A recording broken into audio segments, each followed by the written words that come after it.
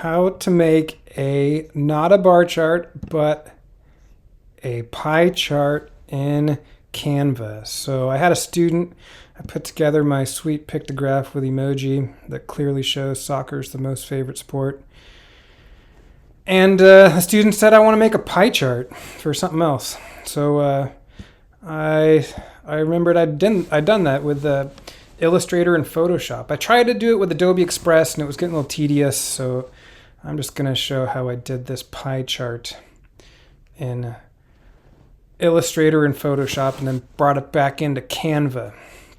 So Illustrator lets you make these cool pie charts, and you have to go, I'll make a file new, square 1080 by 1080, and the default tools don't give you the graph tools. So by default you got the basics, so you got to go to tools ... menu at the bottom. Let's go from basic to advanced, and then you get the graph tools. So you can make vector shapes with the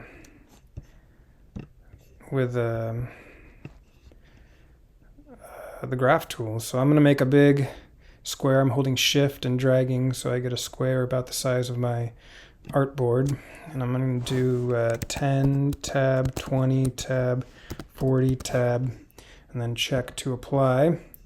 And that's all you have to do to make your wedges, right? So pretty easy way to make some quick wedges, and then you can just click on them, Command C, edit, copy, and you're off to Photoshop. So get your wedges, and then I'm going to do File New. And I just wanted a square, so I did this Mac icon under Mobile, View All, Mac icon. And it bugged me that I selected white background the first time, so I'm going to select transparent and come on, 1024 by 1024. There we go. Transparent, create. And then you can do Command V, edit, paste. And you want default is layers, but you want shape layer. And there you go. You got your vector shapes. I rotated mine around a little. Sometimes I'll show you at the end here kind of what I was going for, but right, sometimes it's nice to draw attention to the small wedge of the pie, or one wedge of the pie. So let's kind of put it off over there. All right, so then what we got to do is we got to duplicate this 3 times, one for each piece. Command J, rename them small, middle, and big. All right, and then so for the small one, we want to come down to our click and hold black arrow tool, path selection tool, and then click on the middle, delete, and the big, and delete. And you can see there in the layers panel, now all I have left on this layer is the small wedge. And same thing for middle, get rid of small and big, click, delete, and then big.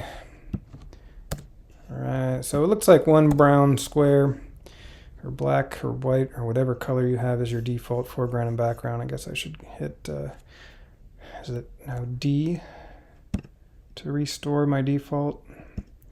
All right, so I got my wedges, and let's actually, right, so now before I get going all into this, I'm going to move this wedge out a little to kind of like draw some attention to it.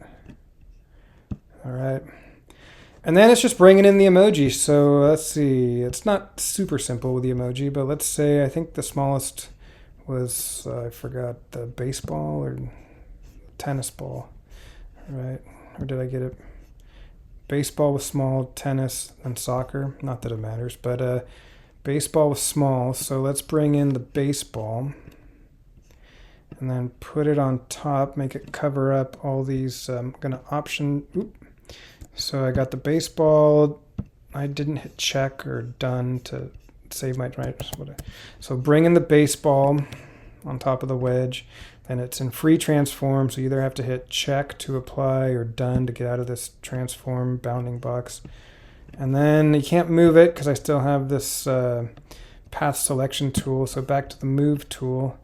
Now I can get it where I want it, and then I can do the option drag trick to kind of cover up that pie wedge with baseballs. All right, so I got a bunch of baseballs. I'm going to double click on color. I got some large. So I got the first one selected, or the top one. Looks like I made 9. So I'm going to shift click and then Command G group, so they kind of, it's manageable here. And then I just want a layer mask on them. So I'm going to click on the small wedge, and actually I'm going to Command click. See, the cursor kind of switches to has a little dot dot dot rectangle square in the, next to it. And so now you can't see the marching ants. You can kind of see them, but if I switch over to my group with the baseballs, there you can see the marching ants, and then add a layer mask, then you got your wedge. All right, so just do that 2 more times. We're done with small. So let's do middle by bringing in the tennis ball. Hit check to apply or done in the contextual taskbar, and then switch. I'm already on the move tool, so I just got to hold option and do a bunch of copies to kind of take up the wedge. You could use any image. You don't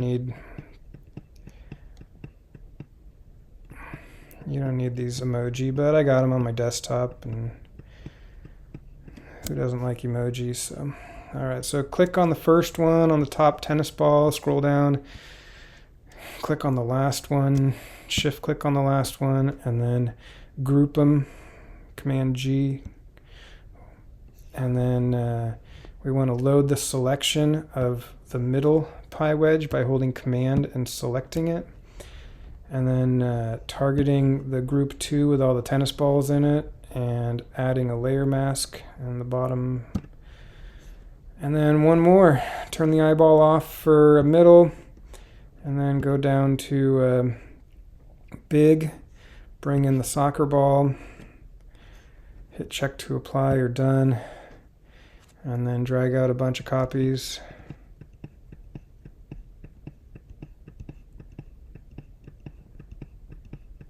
You could probably make a vector mask, but layer mask works fine for my purpose. Oop. Got a little sloppy there. I got the tennis ball selected, so I don't want that. Go back, get a soccer ball, and start option dragging.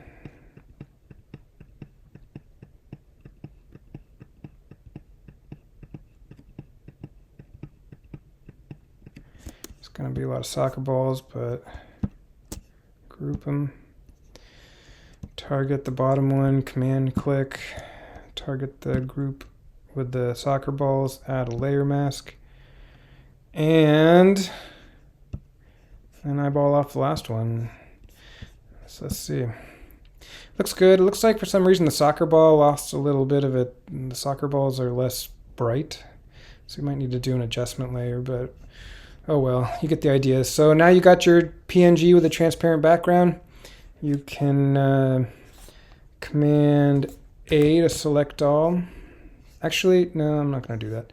I'm going to deselect. I'm just going to export a PNG file, export, and then you can click PNG, desktop, artboard 2, and then bring that into Canva. So I don't see it on my desktop, but it's probably there, buried below a bunch of stuff. And so bring it in.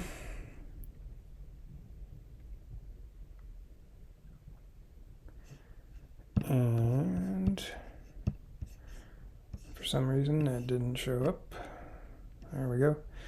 And I can delete the last one, bring this one, and then position, option drag. All right, maybe I need to make the title least favorite sport, right? Because it's calling out attention to the baseballs. But all right, well, I just wanted to show you the trick working with vectors, shapes, Photoshop, masks, layers, and that's how I would make a pie chart in Canva using Illustrator and Photoshop.